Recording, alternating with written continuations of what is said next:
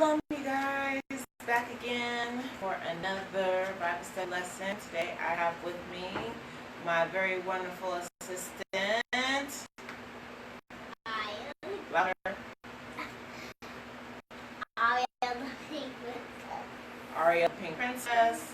And we also have today who is co-hosting with me, Teacher Kamari.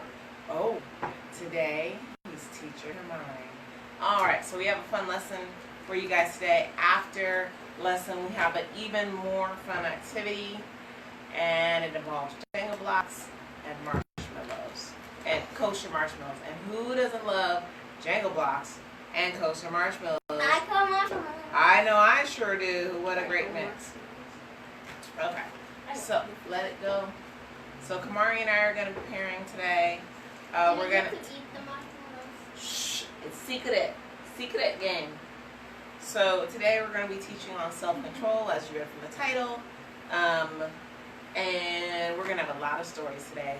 Good principle, biblical stories. And some of the stories, they're not the common stories, so our children may not even know about these stories. So today we're teaching about what, Kamari?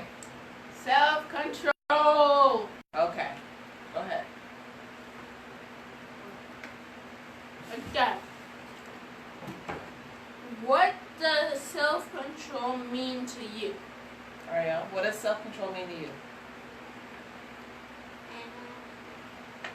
Sit down. I don't know. Okay, she doesn't know what self-control means to her What's today. self-control to you? Oh, what self-control means? Okay, so to me, self-control is controlling self. The way in which you take all your pieces and parts and keep them in line and keep them respectful and keep them on the straight and narrow. That's what self-control means to me. And what does self-control mean to you, Teacher Kamari?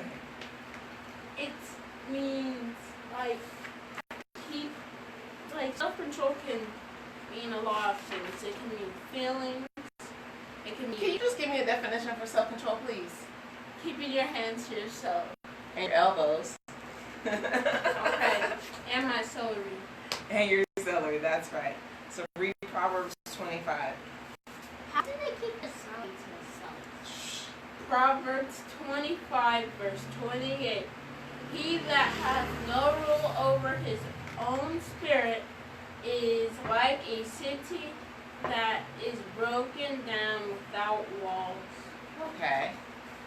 And what good is a city that doesn't have walls? Like, what is the purpose of the walls around a city, Ariel? When you have a city, think about biblically, back in the day. When they had a city and they had walls around it, what was the point of the city? I mean, what's the point of the walls? What do the walls do? Louder. To protect the city. Yes, to protect the city. So if you had a city that didn't have walls, is that a very good city? Would you want to live there? No. Would you want to live there? Yes. Of course you would. Why? Because I can fix the walls. I would do the walls for you. Okay, so if you could put walls around a city, what would your walls look like?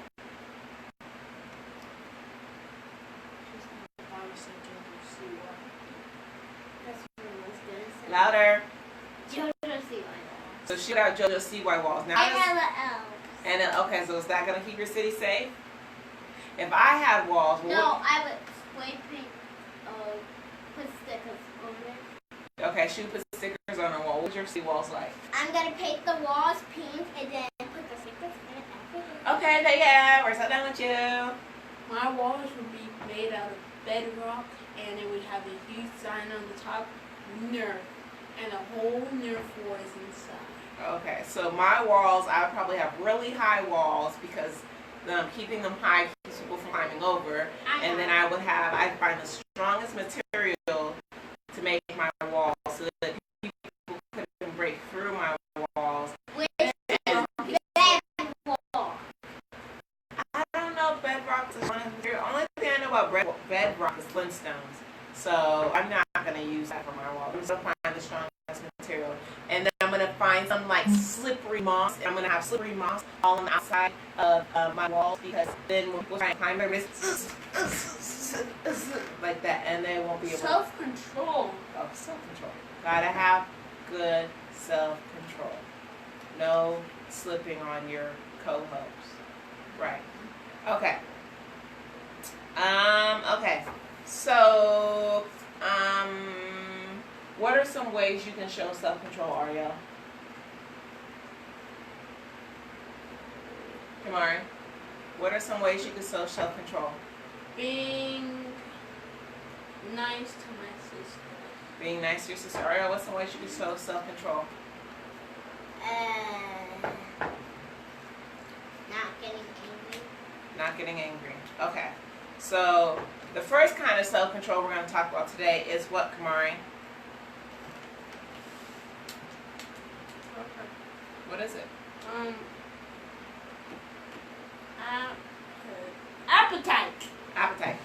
So give me an example of being in control of your appetite. I know. Yes. Not eating. Can you please stop? Put your feet down and stop pulling your scarf over your head. Put your feet Not down. eating 1,000 plates. Yes, not eating 1,000 plates. If you ate 1,000 plates, what is that called, Ariel? It's called being greedy. Can you think of the biblical term of what it's called to eat 1,000 plates? Gluttony. Everybody say gluttony. Gluttony. Sounds like you threw up. Yes, because that's what happens. Sometimes when you eat too much, you throw up. So gluttony is when you throw up. Okay. So read the verse. Proverbs 23, verse 21. For the drunkard and the glutton shall come to poverty and Drowsiness shall clothe a man with rags. Okay. So Proverbs 23 and 21 says a drunkard shall turn the page. A drunkard and a glutton shall come into poverty, and drowsiness shall clothe a man with rags. And so the story for this you're going to find in Numbers 11. Okay. Numbers 11. And the mixed multitude, this is about the children of Israel. Children of Israel, they were some naughty people, man. They were not listening. So, the mixed multitude that was among them fell lusting, and the children of Israel also wept again, and said, who shall give us flesh to eat? We remember the fish which we did eat in Egypt freely, the cucumbers and the melons and the leeks and the onions, put your feet down, and the garlic, but now our soul is dried away. There is nothing at all besides this manna. Oh, God gave us manna. We don't want the manna. Wham, wham, wham. That's all they did was complain the whole time they were in the wilderness. Excuse me, what does manna mean? Okay, so manna was like a wafer, and it was a small, and it was a circle, and they said they were hungry, so... What's a wafer? Like a cracker. Think about it, like, kind of like a cracker. So the Almighty made it so every time that when they wake up in the morning on the dew, the ground, because you know sometimes in the morning you wake up and the grass is kind of wet, so that's called dew. So every morning they would wake up, and from the dew the manna would be sitting on the grass, and they would go and collect the bless me. They would go and collect the manna and eat the manna. But then they were complaining. They were like, we're tired of manna, y'all. We don't want any more manna. We want to complain. So then they were complaining. So that's what this is talking about now. They're complaining about the manna. Like somebody And the manna was a coriander seed, and the color was the color of bdellium. And the people went about and gathered it and ground it in mills, or beat it in mortar, and baked it in pans, and made cakes of it. And the taste was as the taste of fresh oil.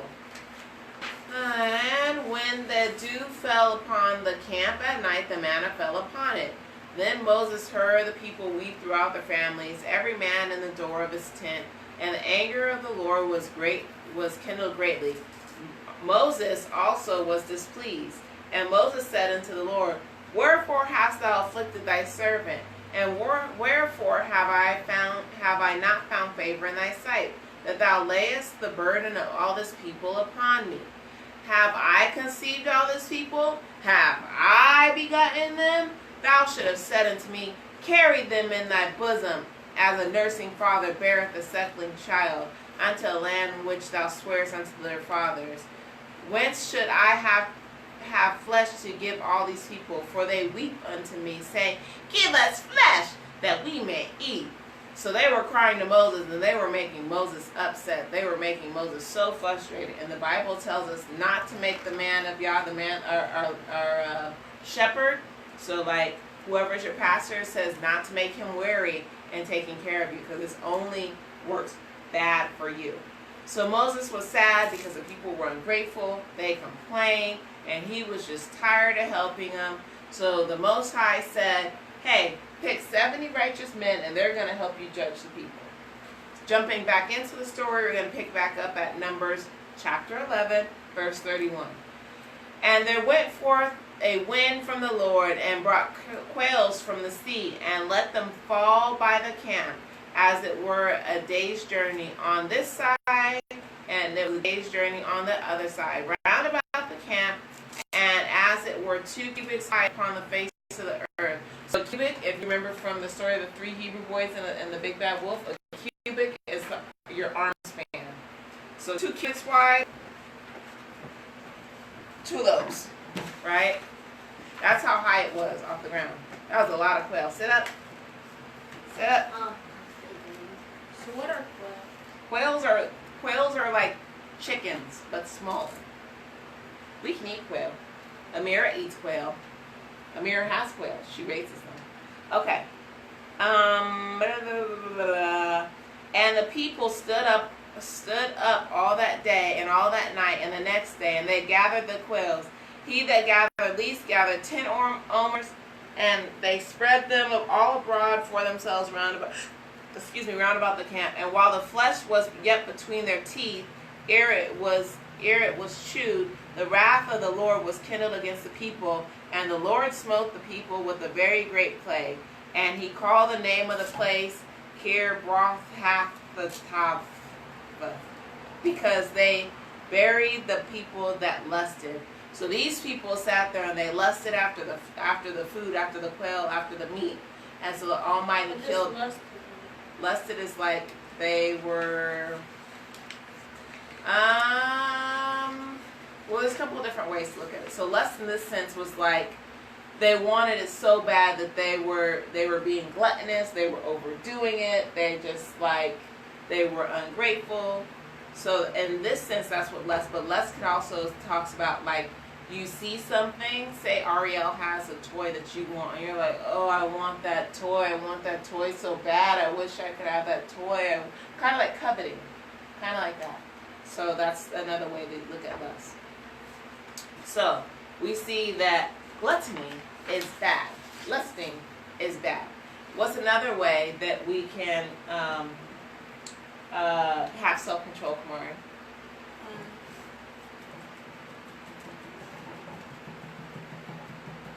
I want to sleep so bad. Don't be Emotions. Emotions. Okay. Give an example of what you can be in self-control of your emotions.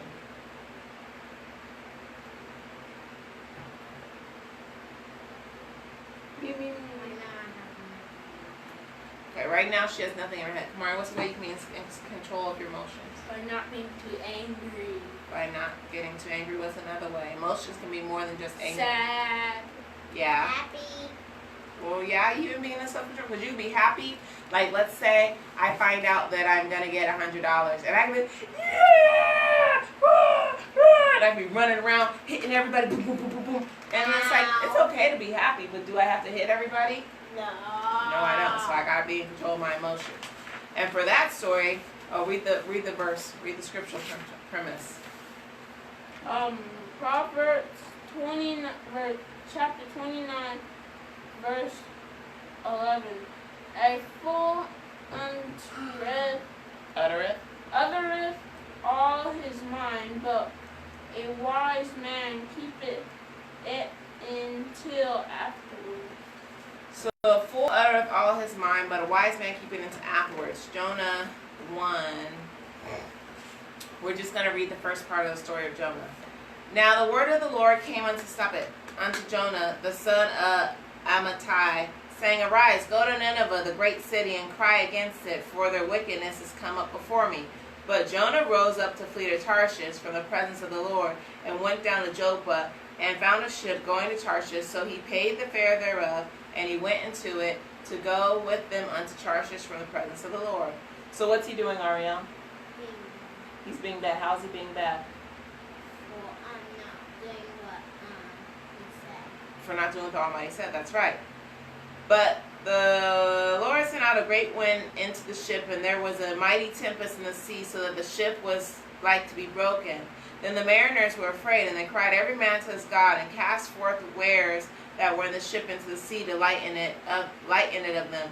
But Jonah was gone down into the sides of the ship, and he lay and was fast asleep. So the shipmaster came unto him and said unto him, What meanest thou, O sleeper? Arise and call unto thy God, if it so be that thy God will think upon us that we perish not. And they said every one to his fellow, Come and let us cast lots, so we may know for whose cause this evil has come upon us. So they cast lots, and lot fell upon Jonah. Then they said unto him, Tell us, we pray thee, for whose cause is this evil upon us? And what is thine occupation? And when comest thou? And sit up. And what is thy country? And of what people art thou? Sit up. And he said unto them, I am a Hebrew, and I fear the Lord, the God of heaven, which hath made the sea and the dry land. Then were the men exceedingly afraid, and said unto him, Why hast thou done this? For the men knew that he had fled from the presence of the Lord, because he had told them. Then said they unto him, What shall we do unto thee, that the sea may be calm unto us? For the sea wrought, and the tempest wrought, and was tempest. And he said unto them, Take me up, and cast me forth into the sea. So shall the sea be calm unto you. For I know that for my sake this great tempest is upon you. Nevertheless the men rowed hard to bring it to land, but they could not, for the sea rocked, for it was tempest against them. So Jonah was in this boat. He was running from the presence of the Almighty, like Ariel said. And the Almighty said, I'm going to get you, Jonah. Right? And the Almighty, he made it what? A strong wind that could break the boat. A strong man. What I don't get in the story is, they were like, what God do you serve? And he's like, I serve the God that made the land and the water. But these people, they obviously had an understanding that there was one higher power. And it's like, well, if you know that there's a God that made the land and the water and everything, why aren't you serving that God? Why are you serving other gods? Right? Does that make any sense to you? What happens if they are? They're not, because they said every man prayed unto their God. They prayed unto their other gods. They weren't praying unto the Most High. So it's like, if you know the Most High made the ocean and he made the land, why not serve the Most High? Makes sense, right? And then Jonah's like, they're like, what should we do that the winds will be calm? And Jonah's like, throw me overboard. Why didn't he just throw himself overboard? Yeah.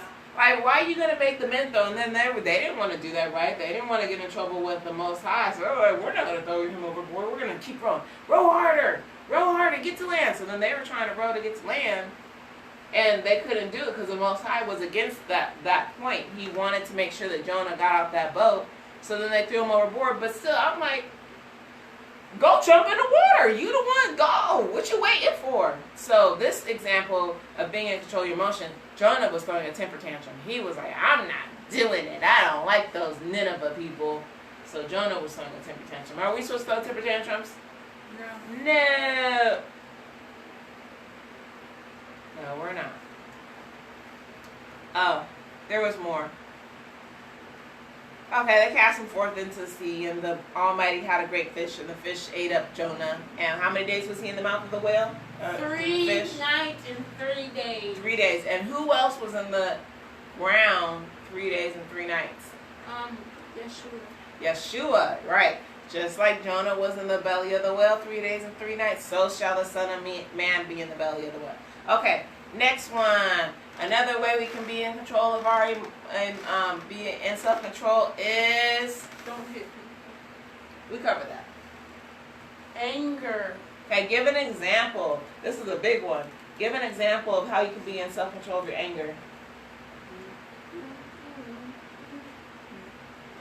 Stop.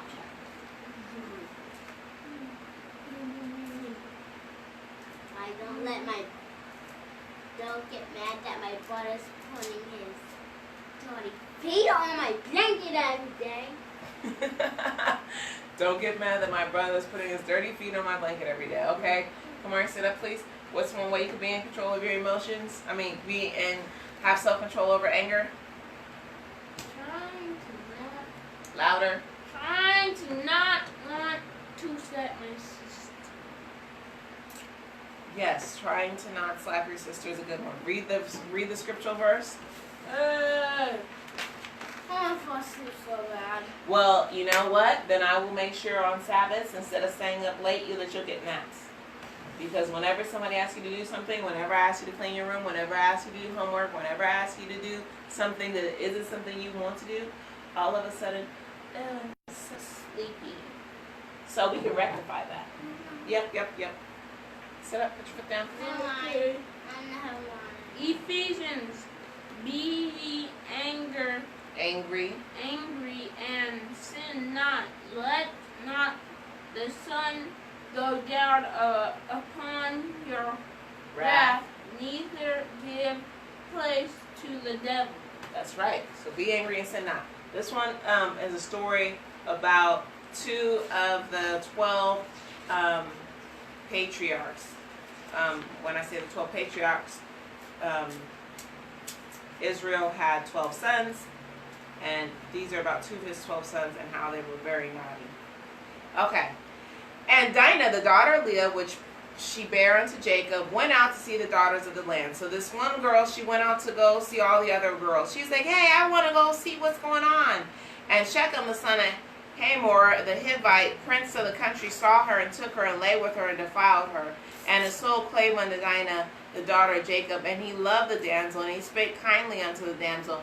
And Shechem spake unto his father Hamor, saying, get me the damsel to wife. And Jacob heard that he had defiled Dinah his daughter.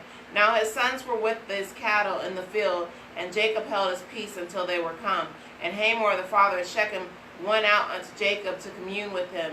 And the sons of Jacob came out the field when they heard it, and the men were grieved, and they were very wroth, because he had wrought folly in Israel, in lying with Jacob's daughter, which thing ought not to be done. And Hamor communed with them, saying, the soul of my son Shechem longeth for thy daughter. I pray you give her to him to wife. And make ye marriages with us, and give your daughters unto us, and take our daughters unto you. And ye shall dwell with us, and the land shall be before you to dwell, and trade ye therein, and get possessions therein. And Shechem said unto the father and unto her brethren, let me find grace in your eyes, and what ye shall say unto me I will give. Ask me never so much dowry and gift, and I will give according to ye as ye shall.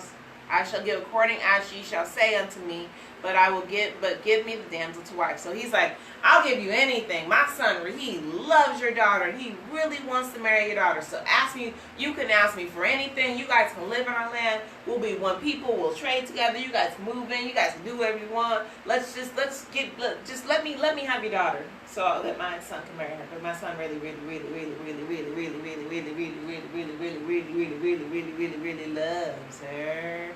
Okay, so the sons of Jacob answered Shechem and Hamor his father deceitfully, and said, because he hath defiled Dinah their sister. And they said unto him, we cannot do this thing to give our sister unto one that is uncircumcised, for that were a reproach unto us. But in this we shall consent unto you, if ye be as we be, and that every male of you be circumcised. Then we will give our daughters unto you, and we will take your daughter unto us, for we will dwell with you, and we will become one people. But they said they were dealing deceitfully, so they were not being honest, they were lying. Is it okay to be deceitful? No. The other video. The other lesson? Yeah, quit picking at your lips. You guys need to drink more water. I did just. I know, but you need to drink more water. One way you can always tell that you're not drinking enough water if your lips are dry and chapped. That's one of the first signs that you are dehydrated. Oh, kind of. All right. Nope, it's too late. I don't want it. Nope. Ew. Okay. Thank you.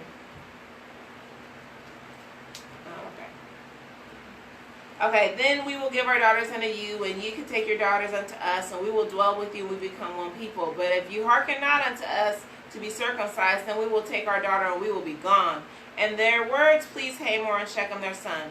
And the young men deferred not to do the thing because he had delight in Jacob's daughter, and he was more honorable than all his house of his father. And Hamor and Shechem and his sons came unto the gate of their city, and communed with the men of their city, saying, These men are peaceable with us, therefore let them dwell in the land, and trade therein, and for the land, behold, it is large enough for them. Let us take their daughters for us to wives, and let us give them our daughters. Only therein will the men consent unto us for to dwell with us, to be one people. If every male among us be circumcised, and as they are circumcised, shall not their cattle and their substance and every beast of theirs be ours? Only let us consent unto them, and they will dwell with us. And unto Hamor and unto Shechem his son hearken all that went out of the gate of the city, and every male was circumcised, all that went out of the gate of his city. And it came to pass on the third day, when they were sore, that two of the sons of Jacob, Simeon and Levi, Dinah's brothers, took each man a sword, and came upon the city boldly, and slew all the males. And they slew Hamor and Shechem his sons with the edge of the sword, and took Dinah out of Shechem's house, and went out. Why? Because they dealt deceitfully. They were upset because Shechem took their sister, and he tried to marry their sister without getting consent first. You don't do that.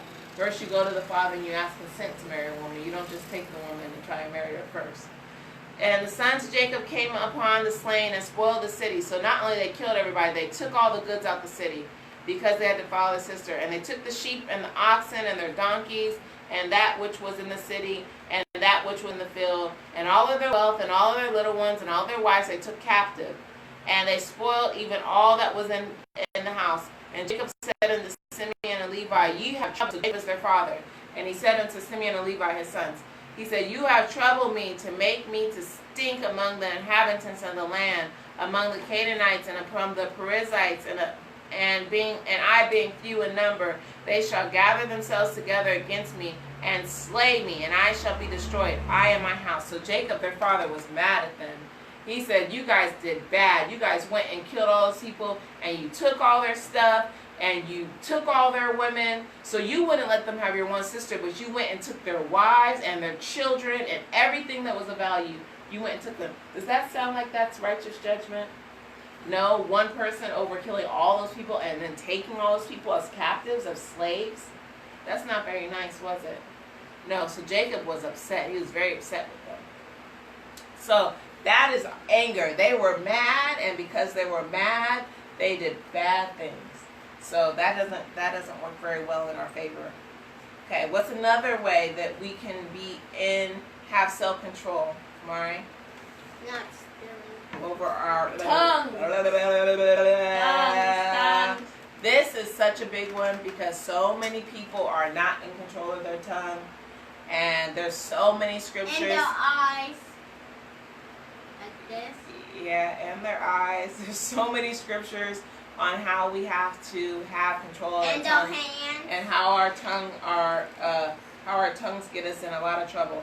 So we have James 1:19. Wherefore, my beloved brethren, let every man be swift to hear. Swift to hear, we have to be quick to hear, slow to speak, and slow to be angry, right? And Psalms 52:2 says, Thy tongue deviseth mischief like a sharp razor working deceitfully. Ephesians 4:29 says, Let no corrupt communication come out of our mouth, but that which is good to be used of edifying, that it may minister grace unto the hearers. Proverbs 18:21 says, Death and life are in the power of the tongue, and they that love it shall eat the fruit thereof. Our tongue is so powerful, right? The Bible says death and life come out of it. So we need to be speaking positive things, right? We need to be saying positive things and using our tongue. How can death and life come Because you could be like, I wish you would die. And you put that energy out into the atmosphere. And then what if the person you said that to turn around and die? Yeah. out? Oh, so it's like the prophets, how they can do anything. Well, not so much like that, because those are prophecies that are coming from the Most High. They're just related. But we have power. We can speak life into things. Like, Today, I'm going to have a great day. Today is going to be amazing. Or we can speak definite things. I hate today. I hate everybody. I hate this house. I hate my feet. I hate this sheep. Do you think you're going to have a good day if you say you hate everything? Or do you think you could possibly have a good day if you said it, if you spoke positively? Positively. Yes. Yes, exactly.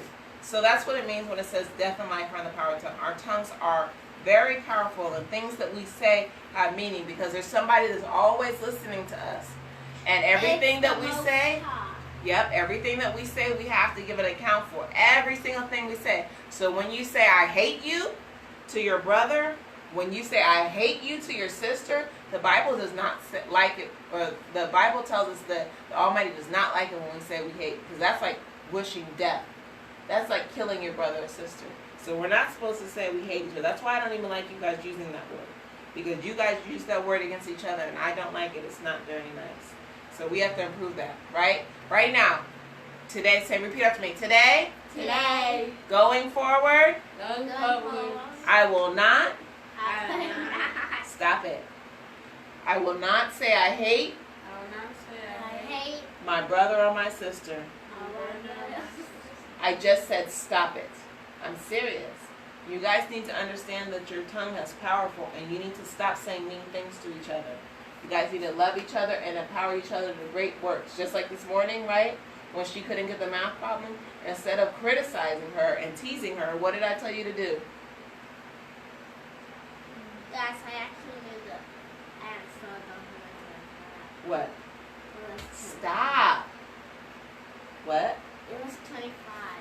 25 what? Oh, 25 was the answer. So, but what did I tell you to do? Teacher.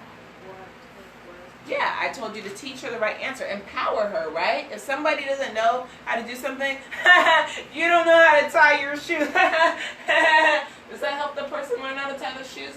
But if you took the time to show them to tie their shoes, doesn't that help them to learn how to tie their shoes, right? So we have to empower people. We have to use our words and our actions.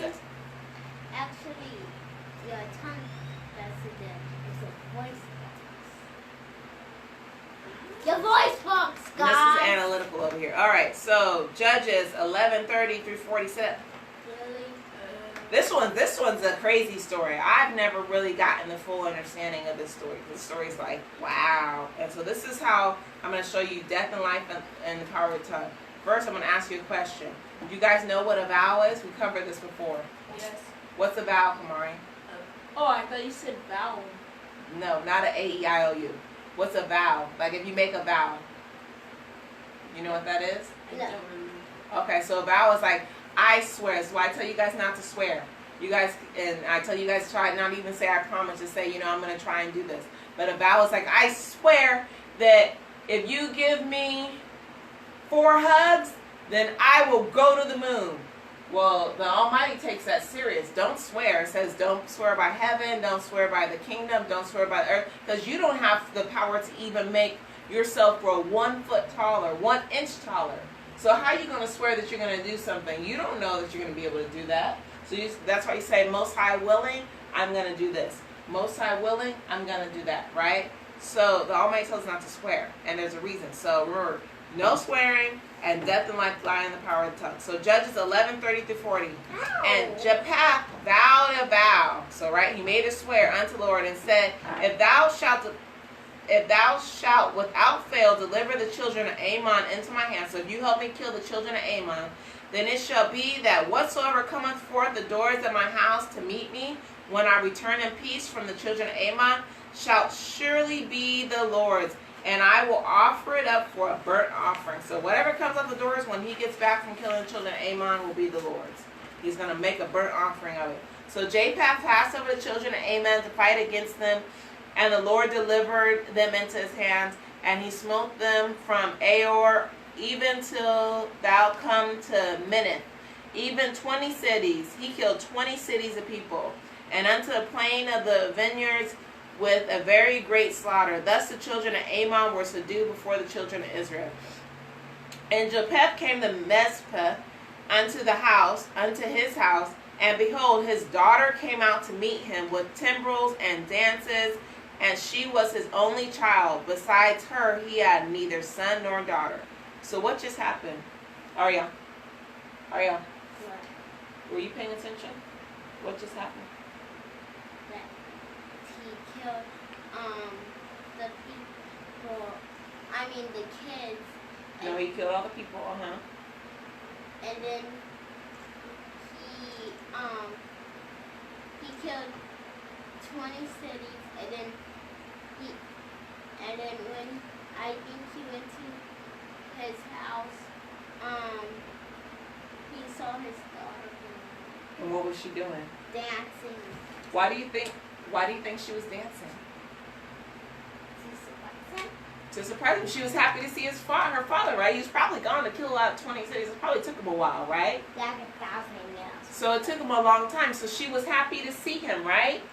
And she came out dancing. Yay, Daddy, you're home. Just like when your dad comes home, right? Aren't you guys all excited and all jumping up and down and yay, right? So she was happy to see him. And what was she, Kamari?